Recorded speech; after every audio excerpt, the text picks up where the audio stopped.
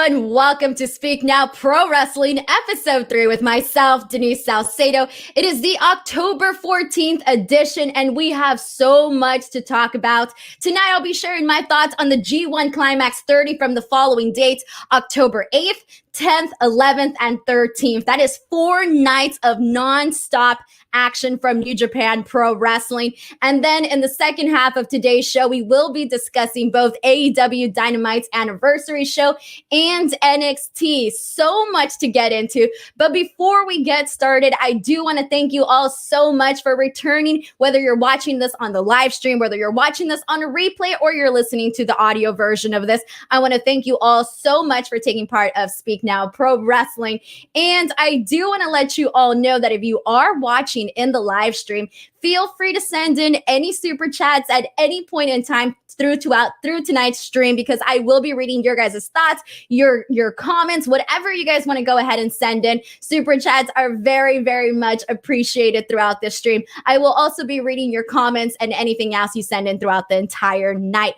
But once again, if you want me to ensure I read your comment, feel free to send in a super chat today. And I am popping up my handle here on the screen. You guys can follow me on Twitter or on Instagram at _ Denise Salcedo. If you want to chat some wrestling with me, you can do so before, after, or even during the show. Well, maybe not during the show because I won't be seeing them, but afterwards, I will definitely be seeing them. But you guys can hit me up at _ Denise Salcedo. But let's go ahead and jump right into it, guys. We have so much going on tonight. All right, let's start off with the G1 Climax 30, guys. I have some good things to say about the 2 shows and not so good things to say about 2 other shows. So I'm just going to go ahead and kick it off with the October 8th show, which I know seems like forever from now.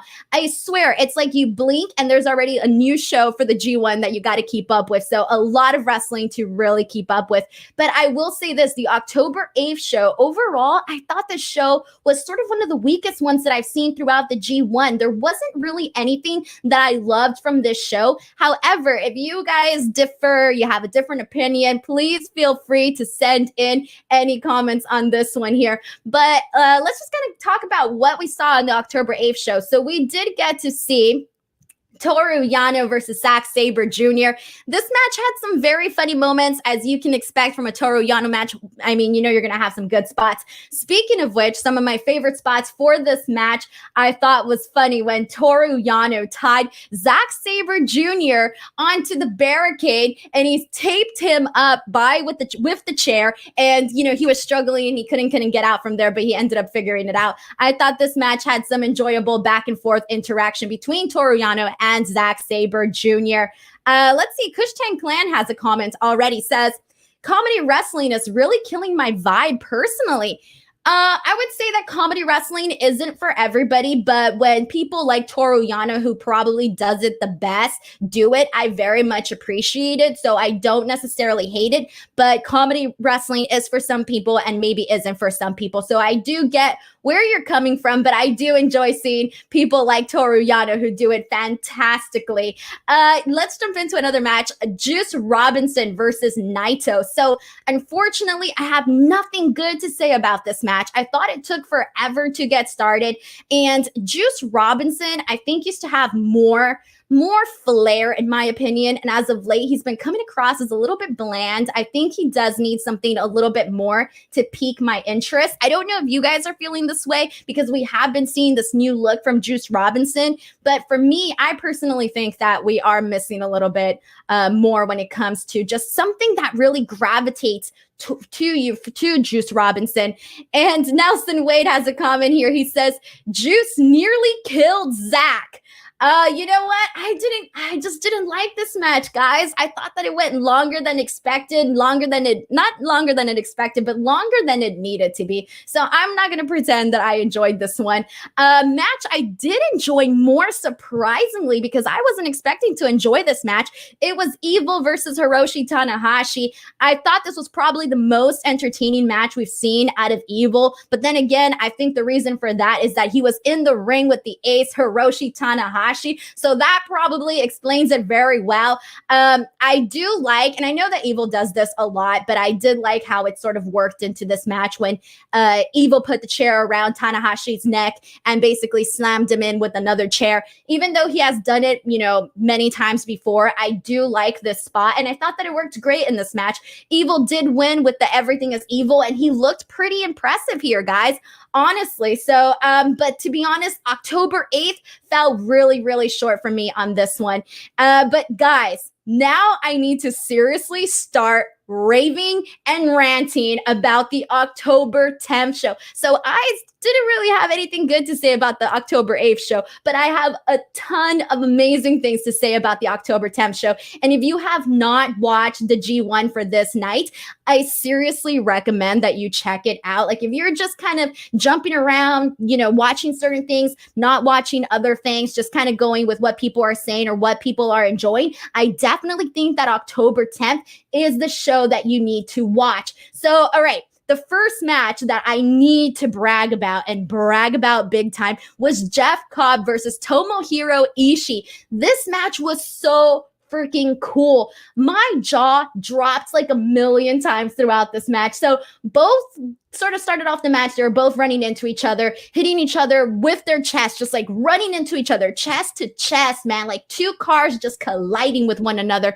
And because they're both such massive guys, this really, really looked very, very savage. And I love the way that Jeff Cobb suplexed Ishii. It just looked massively impressive, guys. Like, throughout this match, there's going to be moments where you're like, whoa, I didn't ever expect to see Ishii handled that way. And the reason for that is because Jeff Cobb literally manhandled Ishii. I repeat, he manhandled him. That is not something you see happen very often in an Ishii match. And we got to see that with Jeff Cobb. So I thought they did a lot of really cool spots, including, I have to talk about, there was this awesome moment during the match here where they were literally, so Ishii headbutts Jeff Cobb, right? And yeah, it looks impressive. But then out of nowhere, Jeff Cobb just comes in with another headbutt that practically killed Ishii. I mean, it was 10 times stronger than the one that Ishii gave Jeff Cobb. And that's saying a lot because Ishii's headbutts are no joke. So a lot of this match was really, really impressive. I mean, in the end, Cobb won with the Tour of the Islands. But to be honest, guys, this was one of the matches that really, really, really impressed me here. But let's see what you guys have to say here. D-Train Riot Maker says, I'd love to see Ishii versus Samoa Joe would be a hell of a match. Can you imagine that back and forth action? I definitely agree with you on that one. Wrestling Fandom says Ishii just can't have a bad match. He's the MVP of the G1 like every year. I cannot wait. So I've kind of already said who my MVPs for the G1 really are, but I am going to do, like, once this is all over, I will kind of go ahead and reiterate who I do think were the MVPs of the G1. Just I'm giving more people chances, but I'm pretty sure I already have my answers. And one of them is definitely Ishii because holy man, every time that he comes out and he has a match, I already know that I'm in for a good one. So my expectations are definitely high there. But let's see. Daniel has a joke for us here. Daniel Esparza says Taichi is the real MVP. I'm going to maybe not agree so much on that one, just for my personal opinion. Brian Rose is in the chat, and Brian Rose says, I'm so far behind in the G1, but I will watch the deciding matches. Even me, like I've been watching the G1, I've been watching everything. And even then I still feel like I'm behind because October 14th came out and I have not seen the October 14th show. So I'm going to recap that one next week because I didn't want to rush it and just watch it, like really quickly. I actually wanted to take my time to do it. But again, we have so many shows. All right, but let's go ahead and continue because this next match that I need to talk about is one of the other matches that I really loved from the October 10th show. And I mean really loved. And this was Minero Suzuki versus Koda Ibushi. I mean, it's really not a surprise that they had a freaking phenomenal match, guys, like phenomenal. Okay, so if you're just going around and you're bouncing around, hey, what matches am I going to watch? Already, just based on tonight, Jeff Cobb, Tomohiro Ishii, and please watch Minero Suzuki versus Koda Ibushi. So I'm going to start off, first off, by putting over Minero Suzuki. Not like he means it, because the guy is incredible and already has this incredible legacy. But I just want to say and point out the fact and remind you all that Minero Suzuki is 52 years old. 52 years old. And he is having better matches than half the talent I'm seeing on a weekly basis, guys. And I'm not trying to bury anyone or anything like that, but the fact is that he is up here and there are very few people that are up there with him. So that's just how I'm going to put it in terms of entertainment and in terms of quality, where his matches are the ones that you seriously remember at the end of the night, at the end of the month, at the end of the tournament, matches that really, really stay to you. Let's see, Daniel Esparza says, one of the best match of the G1 was Ibushi versus Suzuki. Dang right, honestly. Alrighty, let's go ahead and let's talk about this match, though. Why did I love Minero Suzuki versus Kota Ibushi so much? They basically started this match really sizing each other up. You know, we saw some slaps from Suzuki to Ibushi. At one point, Suzuki even left the ring, walked to the ramp, to the stage, and he just calls out Kota Ibushi and basically tells him to come and get him. I mean, this match was electric. They both work so well. We already know that. But there was a part, and this really, really pushed the match even further for me. There was a part where they started laughing. They started laughing maniacally, like that crazy madman laugh, because they were both beating each other up so badly, but at the same time, they were getting pleasure from it. And that's not something that you see every day, but we definitely saw it in this match. Both men were selling the hell out of each other. I mean, Kota won with a knee to Suzuki, and I was honestly sad when this match ended. So, Crocodile says, get Suzuki in AEW and put the belt on him.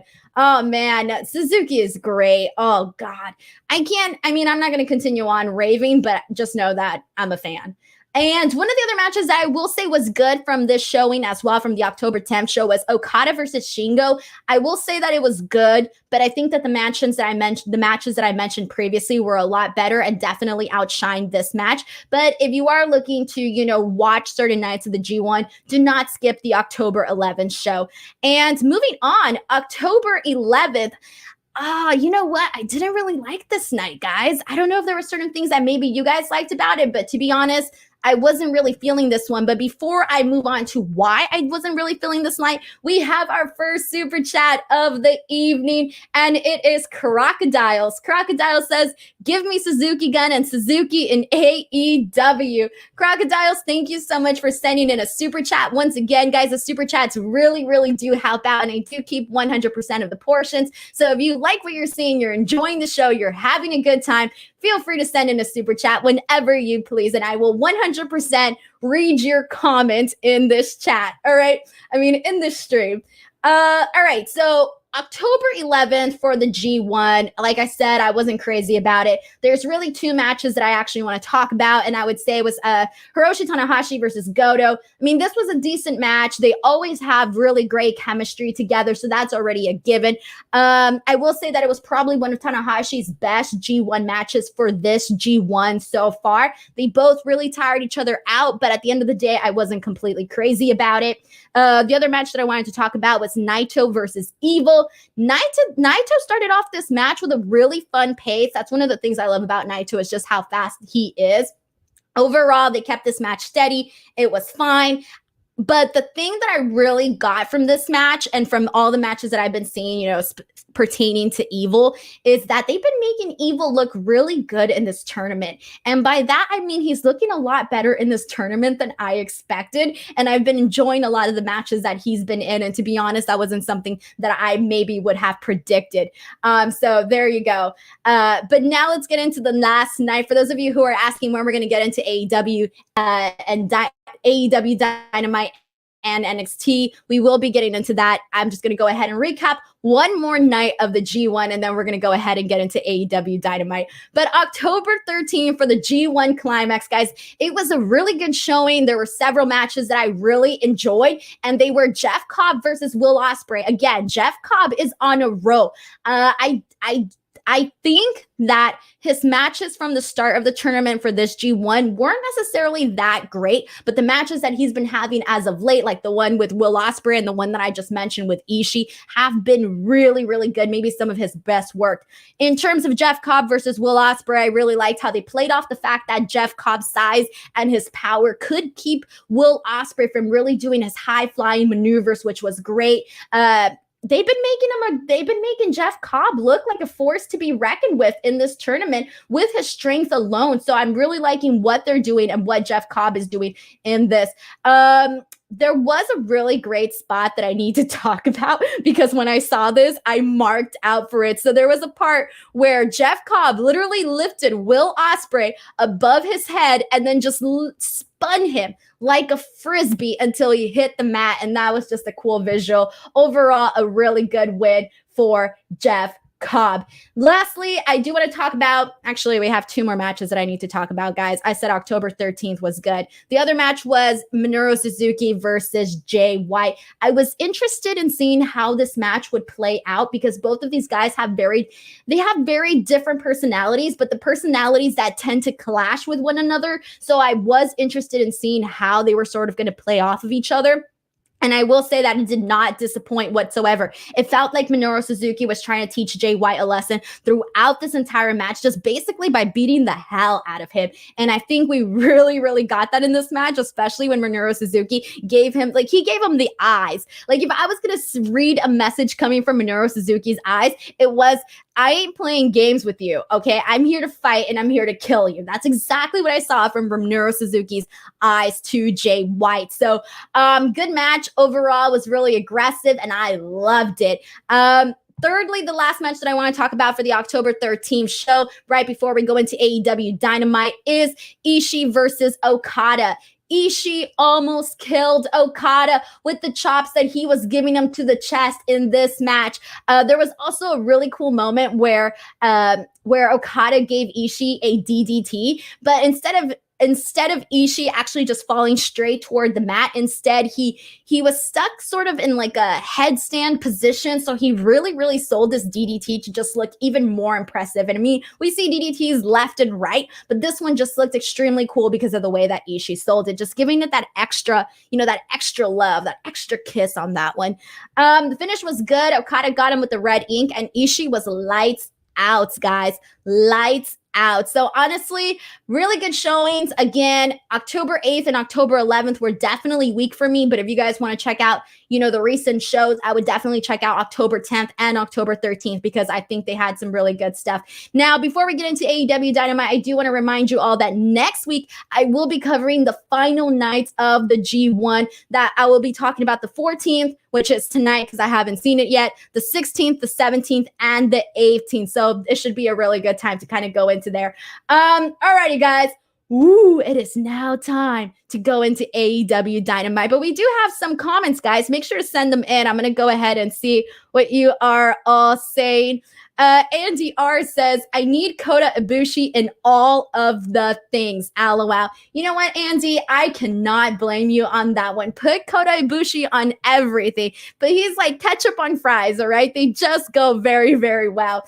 Wrestling Fandom says, Okada is finally making the money clip. Cobra Clutch work. Shingo selling was so great. I agree with you. Really great comment. Guys, make sure to send in any thoughts that you guys had on the G1. Please go ahead and send those in. I will be reading your comments. And if you want me to 100% read your comment and not like skip through it, because I am getting a lot of comments, so I tend to miss a few of them, feel free to send in a super chat and I will definitely go ahead and read that. All right, guys. But now let's go ahead and jump into AEW Dynamite. Today was the AEW Dynamite Anniversary. All the titles were on the line and a lot happened on this show. Let's kick it off with FTR versus Best Friends for the AEW Tag Team titles. What did you guys think of this match? Go ahead and send in your comments. In the meantime, I'll just kind of go ahead and tell you what I thought of it and then we'll go from there. This match started off good. I do think it sort of died a little bit in the middle, but it did end up picking up right afterwards. And here's the thing though, is that NXT also opened up with a tag team match. And I did think that both of them were really good. So I was so mad that they were both going on at the same time. I had to do a lot of pausing for this one so that I could make sure to watch everything because they were both really good matches. I did think though that Chuck Taylor was on fire today. If anything, I thought he was the highlight of this match. Tully Blanchard, in the end, Tully Blanchard gave FTR the belt to smack Chuck Taylor in the head. The ref didn't see it and they won. I will say this, I love how they're utilizing Tully Blanchard. I liked this win. I thought it was perfectly fine. And afterwards, Miro and Kip Sabian came out and attacked Best Friends. I also thought this was a good way to sort of wrap things up because it gives Miro and Kip Sabian a direction versus before. They really didn't have a direction. They were really just planning the wedding, and that was pretty much about it for them. So I did like the post-match attack and everything that happened right after that. But what did you all think about FTR versus Best Friends? And we have a super chat. I'm going to go ahead and read this. Bobby AJ. Bobby, thank you so much for sending in a super chat. It's very greatly appreciated. Bobby says, what 3 matches do you want to see between AEW and New Japan Pro Wrestling stars? And you can't say Okada versus Omega. Okay, how about this? Kota Ibushi, Hangman Page. That's one. Minero Suzuki. Oh, damn, Minero Suzuki versus literally everybody, right? Oh, you know what? Jay White versus MJF because of the personality alone. That one might be a fun one. And who else would I want to see? I'm thinking here. Brian Cage versus, you know what? Brian Cage versus Minoru Suzuki. There you go. I'm going full out on this one here. Bobby AJ, thank you so much for sending in a super chat. You are awesome. And Crocodile said that they basically gave this opening match a 7 out of 10. Not bad. Not bad. All right. Anything else here? All right. Nelson Wade says Chuck looked tired, but he did good. You thought he looked tired? I didn't really get that. I thought he was on fire, man. I thought he did really good in this. He was killing it. Alrighty, everyone. Nelson Wade says, Sammy's jacket, LOL. We will get to that because that was hilarious. Daniel Esparza says he would like to see Orange Cassidy versus Yano. Oh, I think that would be very, very creative. So that would be a good one. Bobby AJ says they would like to see Minero Suzuki versus Orange Cassidy. Oh, Minero Suzuki would not be having it with him. He'd kill him. He'd kill him. He would kill him. All right. Miro and Kip Sabian versus Freddie Lee and Sean Maluda. This was a squash match, but the point about this was that Miro looked like a badass. And I probably say this every single week, but that's because I'm literally impressed by Miro every week and the way that he's looking. I like the fact I like that he's doing this, whole game over thing. That came across pretty well. In the end, they did cut a promo to Best Friends, and Miro basically said, "You break my shit, game over. You break my shit, game over." I thought that was also a really, really good line. And Andy R sends in another one that says, Kota Ibushi versus Orange Cassidy. And Crocodile says, I think it's a little too soon. Cody is HHHing everyone. But you know what? People have their opinions there. People will get their opinions right. All right. Let's move on. So now, here's one of the things that happened on AEW tonight that I wasn't necessarily crazy about. And I will tell you guys why. So backstage, we had Lance Archer beating up Jon Moxley. So this is all fine and dandy, guys, but I watch everything. I watch Raw, I watch SmackDown, AEW, NXT, New Japan. I mean, I'm seeing a lot of stuff. So for me, I know that pull apart bras aren't something new, you have them every so often, but I wasn't necessarily crazy about this because I feel like we are seeing, and we have been seeing this already be done on Monday Night Raw with Drew McIntyre and Randy Orton. So I do feel that there should be a little bit of difference in that. To me, I couldn't really get invested in this because I'm already seeing this or have already seen this on Raw. So that was kind of my little, nitpicky for the day, but I wasn't necessarily a fan of this. We have another super chat. Thank you so much to Paul S. It says, so what game do you think Kip Sabian was playing?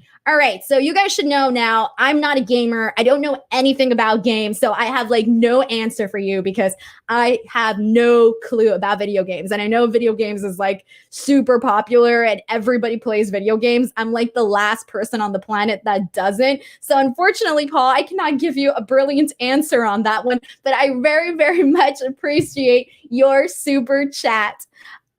Crocodiles has an answer for you, though. Crocodile says probably Call of Duty. I mean, I don't really know much about Call of Duty. I'm so sorry, guys. I'm not a gamer.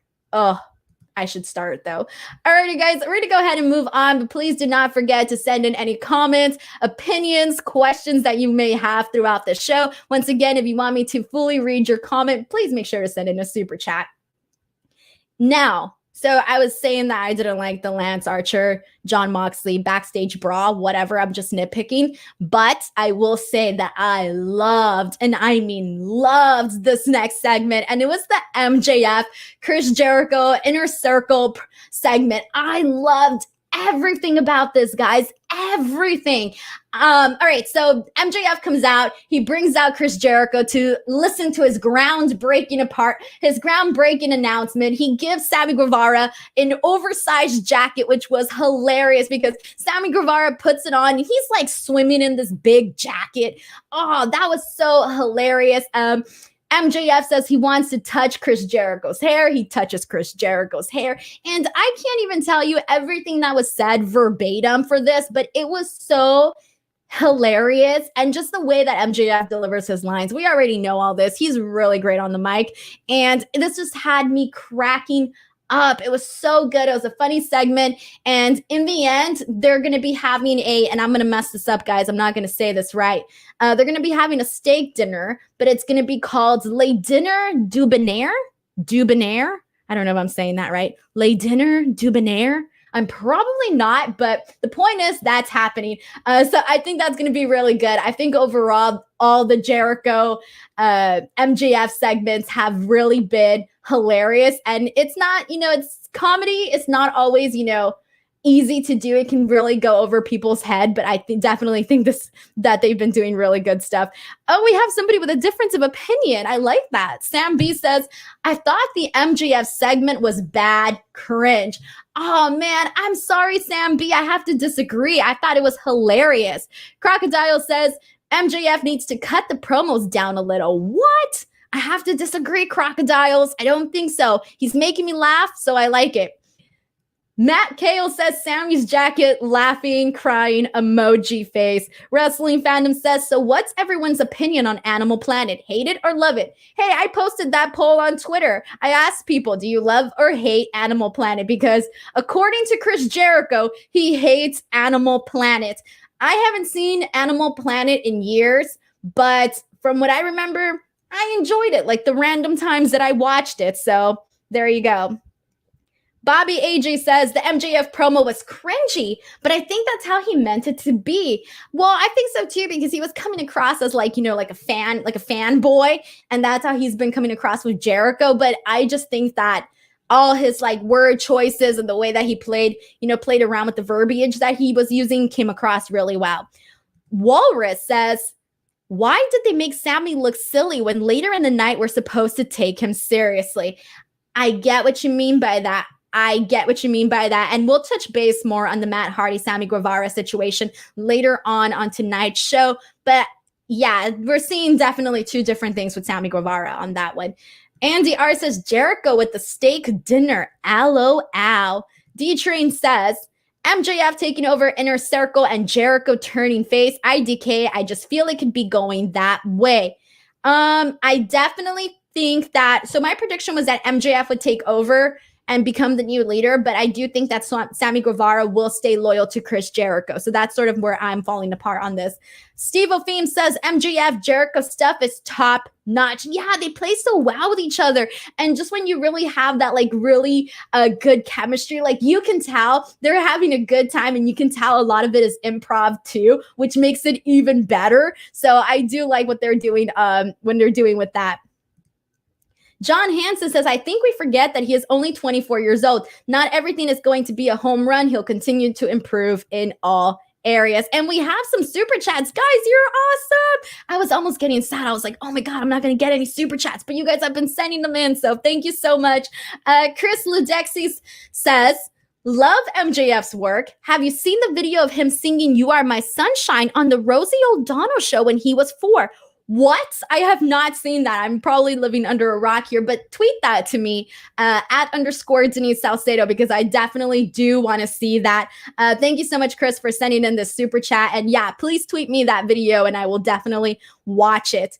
And Patrick Della Penna also sent in a super chat. Thank you so much, Patrick. Patrick says, what's your fantasy booking for this MJF Inner Circle angle? So as I mentioned earlier, I do think that MJF is going to become the new leader of the Inner Circle. He's going to replace Chris Jericho. And it works too, because he's, like I said, he's coming across as this fanboy, like somebody that's like, you know, he's really looks up to Jericho and all the things that Jericho has done. And he's been putting him over and all of that. But eventually he's going to end up taking his place. At least that's my assumption. My assumptions are not always right though. And like I said, I think that they're going to all, you know, do whatever MJF says, except for Sammy Guevara. I think Sammy Guevara is definitely still going to stick with Jericho. So that is maybe my fantasy booking. I don't know. But Patrick, thank you so much for sending in a super chat. You are awesome. Alrighty. B.A. Charles says, wow, it's almost like people aren't just simple caricatures and have different sides to them. Indeed, we do have different sides to us. And I like that. I like when characters, you know, when storylines, you know, you have a little bit of, yeah, somebody's not all bad and they're not all good, because not everybody's all bad and all good. So I do like that. Alrighty, guys. I'm trying to see if there's any other comments. All right, let's move on though, before I get caught up here.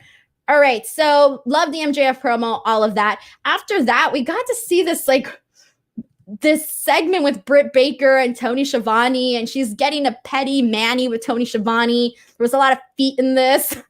I thought this was funny. I liked it. I liked the whole role model thing and everything that she's doing with that. So this was fine. After that, we saw Cody versus Orange Cassidy for the TNT title. So, all right, there's lots to talk about here, but as I'm talking about this, please go ahead and send in your thoughts, because I will be reading them right afterwards. So Cody versus Orange Cassidy.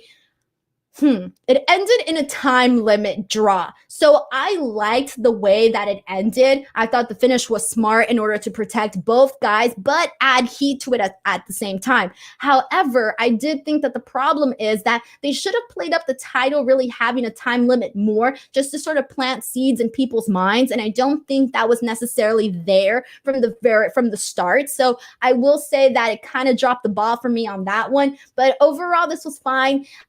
We are going to be seeing Cody versus Darby at Full Gear. And I like this. I like how this all connects, because the time limit draw, they had a time limit draw at Fyter Fest last year, and that's what really established Darby and really put him on the map. So I think that this all ties in very nicely. However, I don't think that Darby is going to be winning at Full Gear, even though I would want him to. So I want Darby to win. And the reason for that is that I think that the TNT title should be more of a title, a stepping stone title for younger guys to get over and keep doing stuff.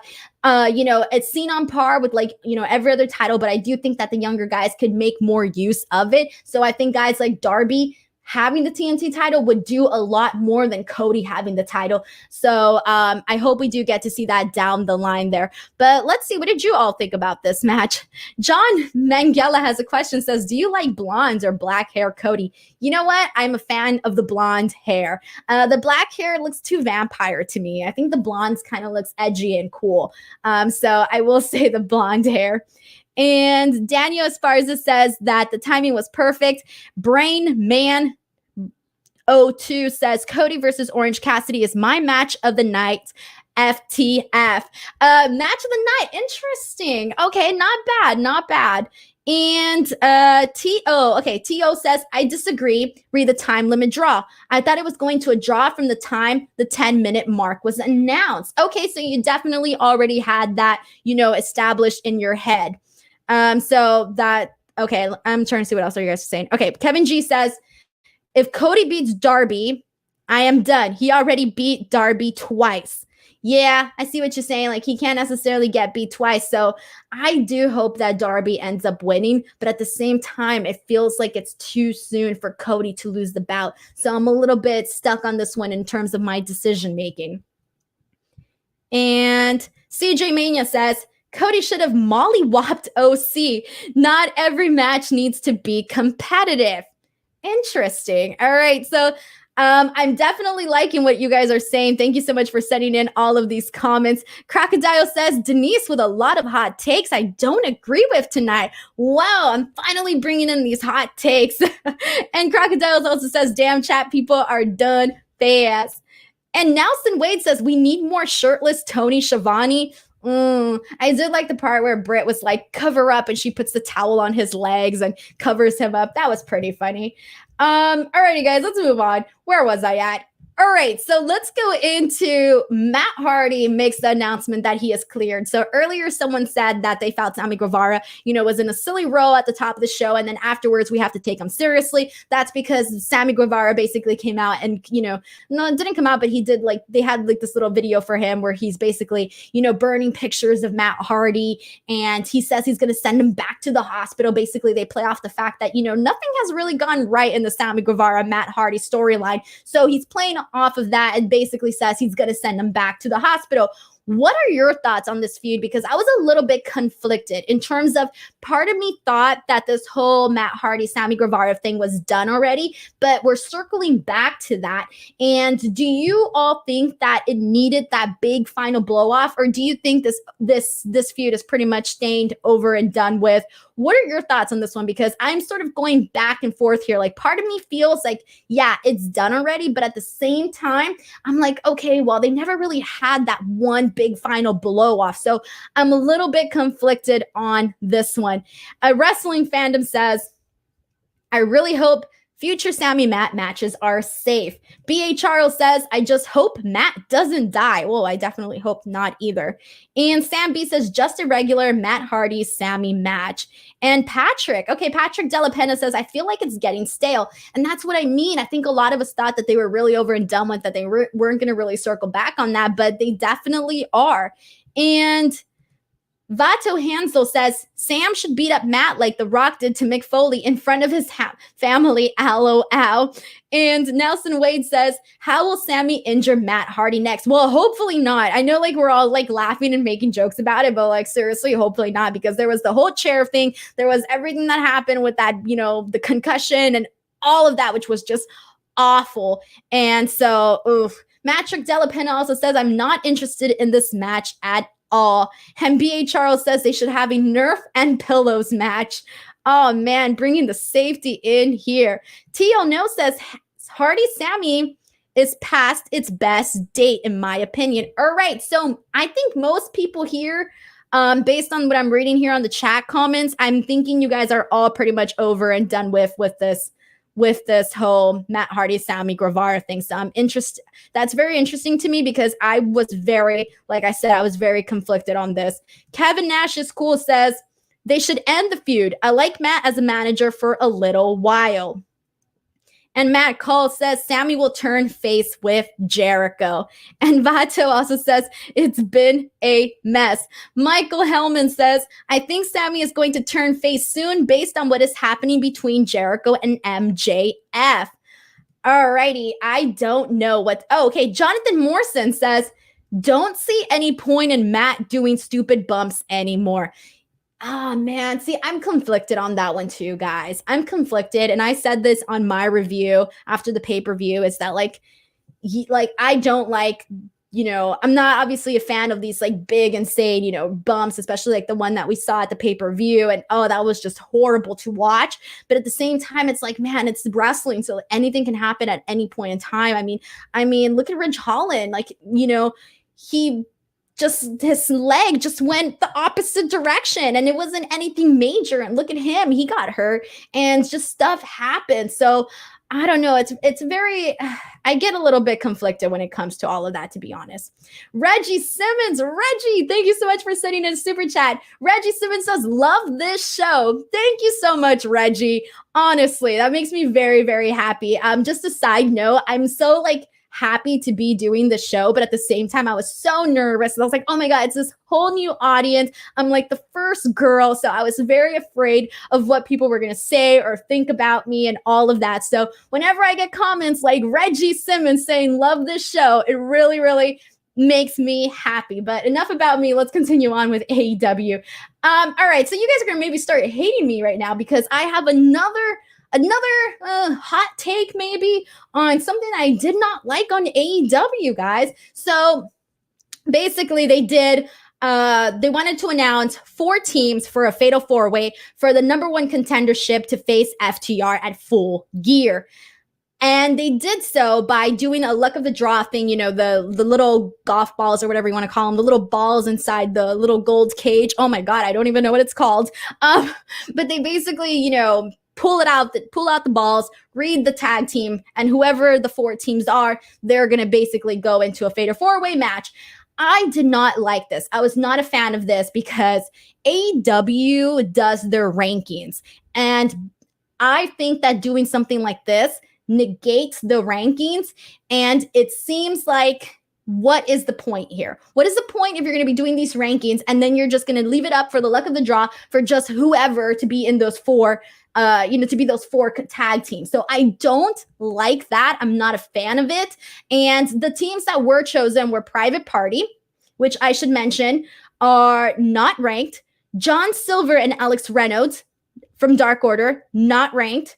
Butcher and the Blade, ranked at number 4. So, okay, that's fine.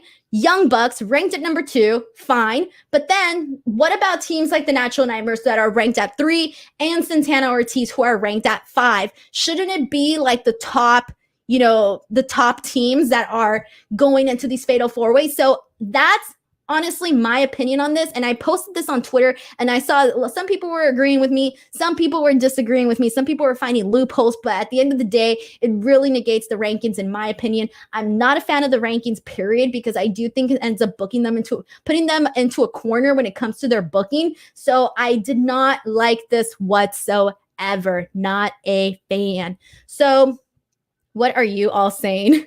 All right, I'm about to go into your comments and see. Vato Henso says, this segment was so whack.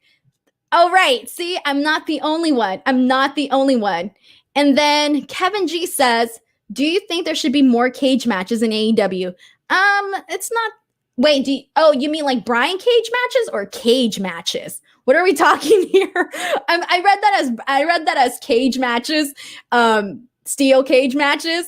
And in terms of that, I just think that if it works in the storyline, if it works for its purpose, then yeah, sure. But if it doesn't, if you feel like you're just including it for no reason, then no. And John Davis says, this is so stupid. The Bucks are due for a match with FTR. And Patrick says, why rank people to go for luck? Did Vince McMahon book this? See, that's what I'm saying. Like, you can't just rank people and then disregard the rankings. It doesn't make sense to me. And maybe I'm missing something, but I just don't get that. Kevin Nash is cool says it's a good way to go around the rankings. Nice if they don't overuse it. And Toe Note says, based on the chat comments, doesn't seem to be much of a hot take. I guess we would never know. Maybe we'll get some people that are not happy about that afterwards. Jonathan Morrison says tag team division feels a bit stale. You know what? I will disagree with that one, Jonathan, just because they have 2, and I'm just going to be honest, 2 of the best tag teams in AEW. And those tag teams are Santana and Ortiz and the Lucha Brothers. And aside from the Young Bucks, who I love as well. But they have, I think, the strongest tag team division out of any company. AEW, they really, really do have the best in terms of tag teams. However, I don't necessarily think that they're fully utilizing people like the Lucha Brothers and Santana Ortiz to their full potential. To be honest, I was seeing so much more and so many more great matches for both of those teams when they were with Impact. I thought what they did in Impact was their best work and the best tag team work that I have seen in years. And I'm talking years, and maybe like I wouldn't even say that anything else honestly compares to what the Lucha Brothers, Santana and Ortiz were doing in Impact Wrestling. So that's just my opinion. I think they have a lot of potential with the tag team division. They have so many great teams on there, so they can definitely do a lot more. I just think that a few people are being not used to their full potential. And B.A. Charles says there should be more Brian Cage matches. I overthought this one, guys. I overthought this one. But you know what? Sometimes it happened. D-Train Riot Maker says, I know you love Santana and Ortiz. What do you think of their AEW run so far? That is essentially what I just said.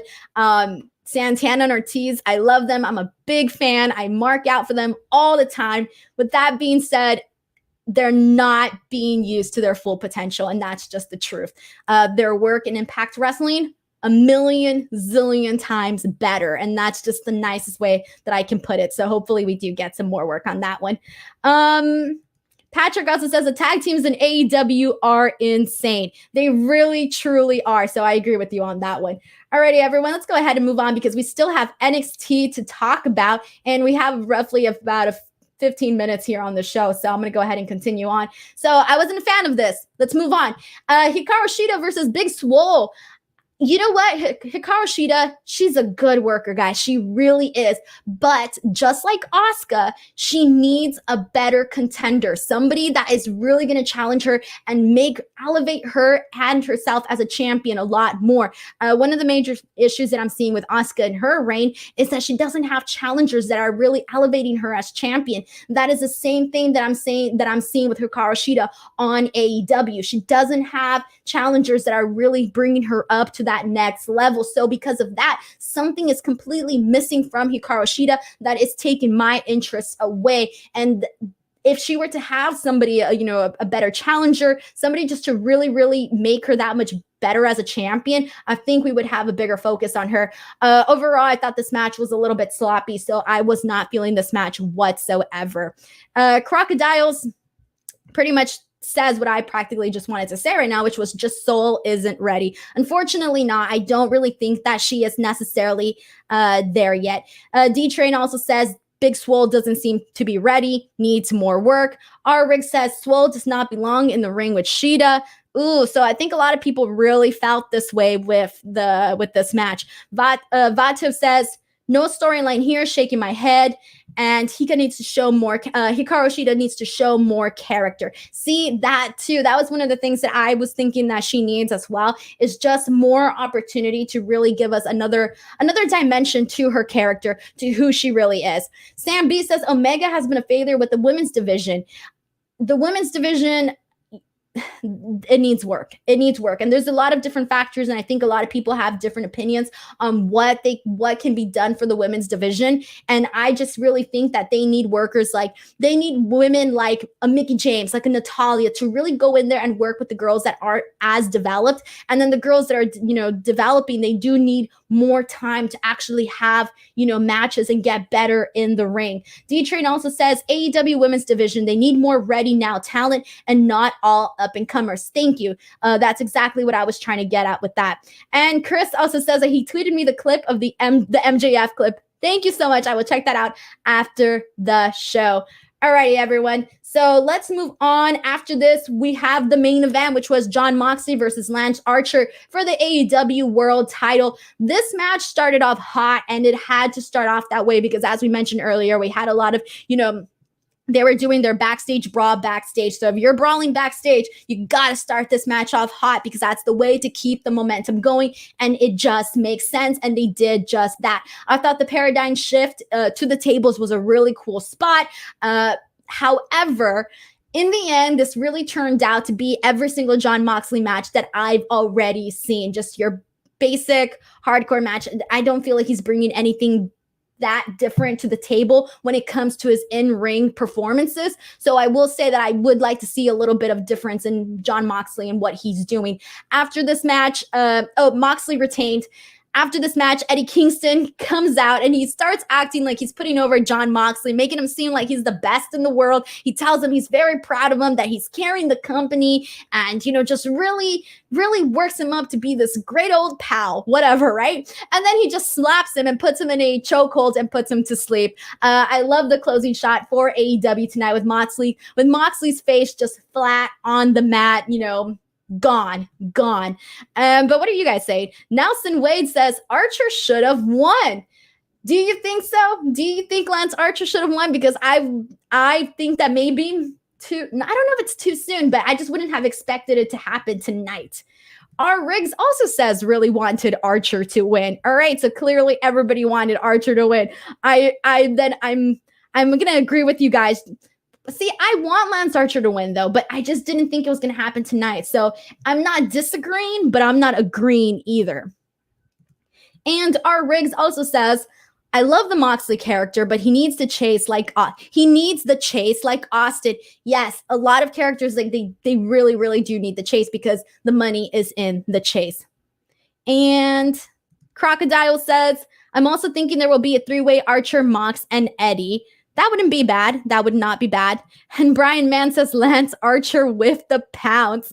And Richard says Moxley is really having the time of his life. Yes, I do think that he is having the time of his life. And Nelson Wade asks, did anyone actually watch NXT? You know who watched NXT? This girl watched NXT. Thank you so much, Nelson, because you are shifting us into our next segment, which is NXT. And we have a couple minutes, so I'm going to go ahead and just jump right into it. I'm going to talk about the major points of NXT and what really needs to be talked about. So I mentioned earlier, when we were recapping AEW Dynamite, that NXT also kicked off their night with a really great tag team match, and that was Undisputed Era versus Oney Lorcan and Danny Burch. This match was aggressive, fast-paced. I enjoyed it. I think this is the most that I've actually enjoyed a Lorcan Burch match, mainly because I haven't really been a big fan of theirs. I'm sorry I maybe missed the boat on them, but I haven't really been that big of a fan of their work. But I felt more interested in them today. So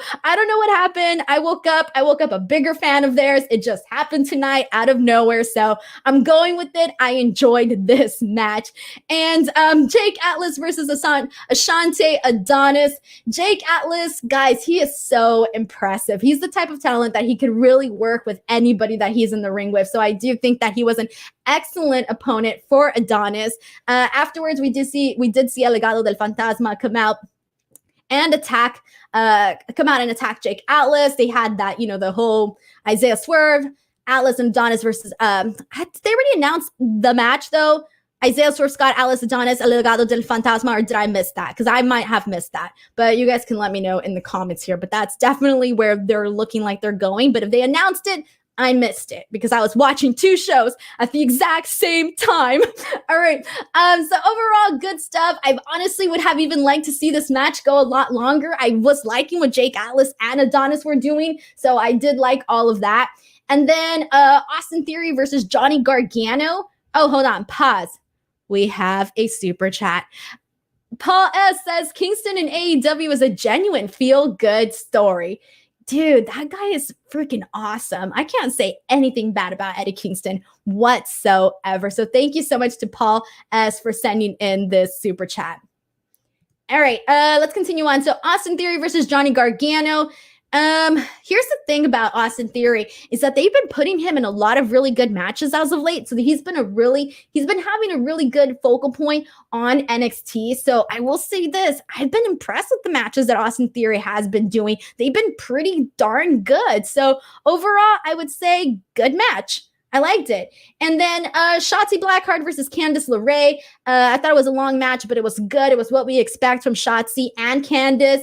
Good stuff. In the end, we are going to be seeing Candice LeRae will be facing Io Shirai at Halloween Havoc. And here's where I'm a little bit on the fence of what's going to happen here. I'm wondering if we're finally going to be seeing Candice LeRae, win, because how many times can she lose against Io Shirai? How many times? So I'm wondering if we're going to see a change come Halloween Havoc.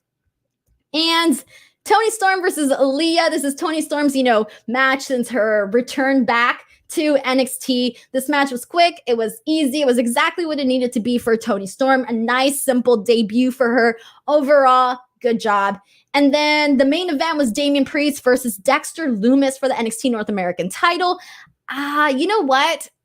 This match here, it's Dexter Lumis isn't that great in terms of his in-ring work. I think his character stuff, it's on point. It's fine. He does sort of need an extra layer to his character besides just making the creepy face and the creepy looks. Because after, seeing that so many times, it does get old. So they have to add something on top of that. This match was fine, but I do think that Damian Priest could have had a different opponent, but at the same time, the NXT roster right now is looking a little slim. So I do see why Dexter Lumis was his opponent for the night, but I mean, it was a decent match. It wasn't one of my favorite Damian Priest match though, and I'm a big Damian Priest fan, but this match really did not do it for me whatsoever.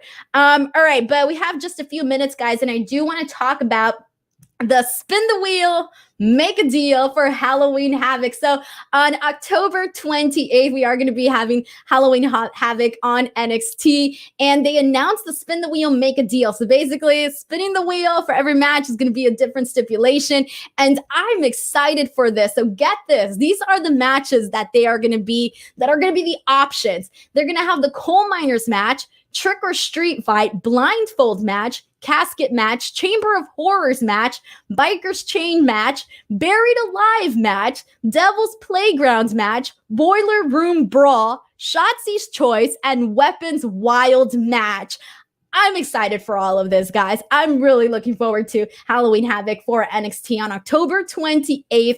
How are you all feeling about this? Go ahead and send in your thoughts on anything that I just said. We are almost going to go ahead and wrap up tonight's show, so I do want to go ahead and read your last comments. Also, if you want me to read anything before we end this and you want it to be read 100% sure, send in a super chat before we go. But let's see. Wrestling Fandom says, I hope they reveal the stipulation next week. Schatzy left me hanging in the end.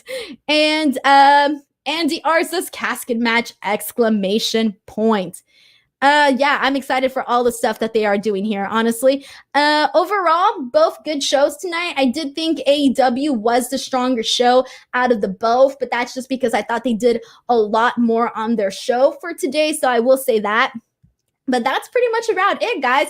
Alrighty, everyone. So that is our show for today. I want to thank you guys all so much for coming in here and, just being part of this stream. Again, I'm so happy and excited to be with you all here each and every single Wednesday at 8 p.m. Pacific, 11 p.m. Eastern. So I will be back again next week at the exact same time that I just mentioned. And on the docket for next week's show, I will be talking about the G1, and it's the final. So I will be talking about nights 14th, 16th, 17th, and 18th. And again, we'll be recapping AEW and NXT. So it should be a really good time. If you haven't already, please follow me on Twitter and on Instagram at _Denise Salcedo. Crocodiles, thank you so much for sending in a super sticker before we go off the air. And Paula says, no Thunderdome cage match where the cage roof catches on fire and the Great Muta extinguishes it with his mist. Paul S., you have a very good imagination. Thank you so much, everybody. I will see you all next week. Have a wonderful night. Love you all. Bye, everyone.